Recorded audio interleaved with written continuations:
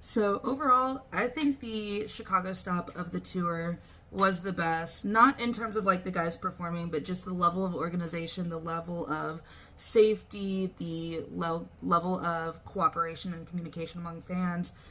Camping did happen with VIP. There were unofficial organizers for that. You were allowed to get a number and come back at 4 a.m. because it is a residential area. The venue staff did open up the gates for the parking lot where we would be lining up and checking in and waiting at 6 a.m. They, facilitated us moving over there, making sure that everything was calm, collected, and organized. There was no fighting when it came to the camping, at least that I saw, or the VIP in general. The staff was great about going around and checking in on everyone as we were waiting for VIP check-in to start. They were passing out free water. There was a ton of free water all over the venue. I saw trucks come at least twice with even more bottles of water and offload them. And once VIP check-in started, it was very quick, at least for me personally. And once we got back to the venue to actually line up to be let into the show, that situation was a little bit more hairy. I did see at least one little girl having heat-related illnesses, but staff was tending to her.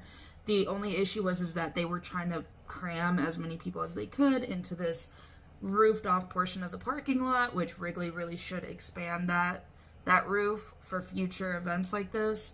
But overall, they were very serious. We did get numbered, the wrist numbers in accordance to where we were in line. It was not randomized, and they were very serious about keeping that order. Multiple times they went through and made sure we were in order. Once we were let on the field, we had to walk to a certain point, and then you could run if you wanted to. My friends and I personally really didn't run. Maybe speed walked, especially me because I'm so short. But yeah, overall, it was really well organized. They were really putting this emphasis on staying cool, drinking water. Even during the show, the security around the stage had just a ton of bottles of water. They were constantly getting more things of water, and you could ask for a bottle of water. Periodically, they would hold up bottles and be like, does anyone need one? There were some cold ones that were being offered because they were warming up. But yeah, overall, the Chicago stop was so well organized. I really think Wrigley was really paying attention to what went wrong at other venues. I don't think there was any issues. I know there was no security issues. There were minimal medical issues. I think everyone got into the venue on time. So yeah, way to go, Wrigley staff.